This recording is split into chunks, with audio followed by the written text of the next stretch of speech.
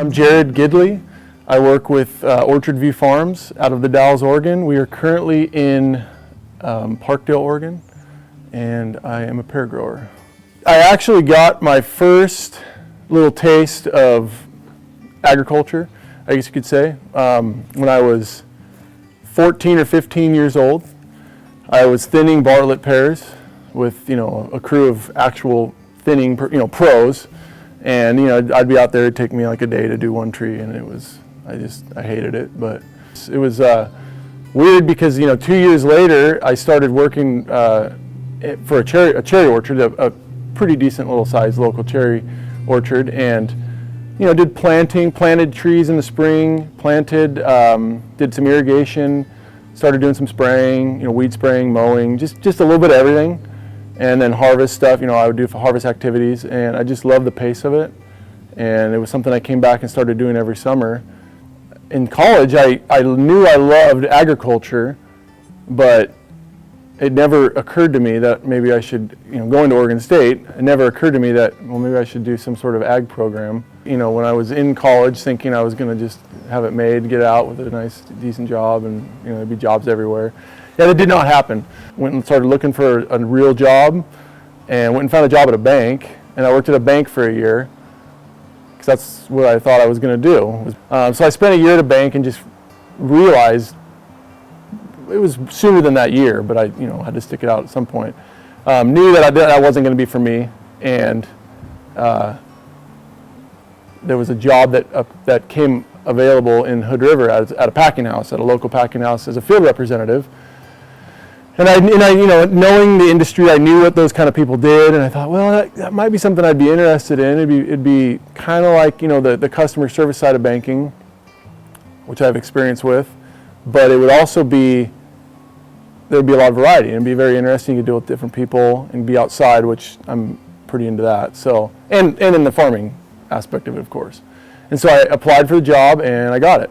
You're kind of the liaison between the packing house and the grower. So there's always going to be issues with the market, fruit quality, scheduling, hey, slow down because we're backed up, or hey, speed up because we need fruit, or the market's great or the market's not so great. So you're basically just that person who's on the front lines relaying all the information from one central source to 20 or 30 sources. Over time, started going, well, I could do this for myself. It's not rocket science. There's a lot to do. There's a lot of coordination that you have to do. And I always just thought to myself, if an opportunity does arise, I think I'll jump on it. And there's been a few opportunities, and I jumped on them, and now I'm farming some pears, about 20 acres. And it takes time. You kind of gotta start acquiring equipment. You start realizing that, oh, I'm good with a tractor and a sprayer. And you go, well, I need a mower. Oh, I need a portable toilet. Oh, I need a bunch of ladders. And so you just start, over the time, you start acquiring some materials that make your life easier and make the people that are helping you pick and harvest and prune and thin and all that, make their lives easier. So that's kind of where I'm at right now. I'm still in that stage where I'm going, okay, next year, if I have a decent year, we're going to be getting some more ladders, or I'm going to get a new set of forks, or or whatever. So, there's just more pear opportunity because we're in Hood River and there's a lot of pears. So, I don't know if it's by default, to be honest with you, but there's just pear opportunities because we live in a pear valley that grows a lot of pears. What's interesting to me about pears is it's a very site-specific fruit. Apples, you can grow an apple anywhere.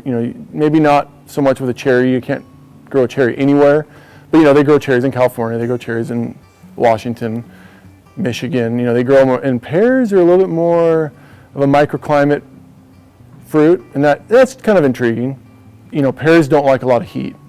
Pears don't like a lot of wind. Pears don't like a lot of, there's bug issues. There's a bunch of different things that pears don't tolerate so well, and when you run into some of those issues, you can still grow a pear, but it's you're more in that zone where you're getting poor packouts, and now it's not making sense financially. So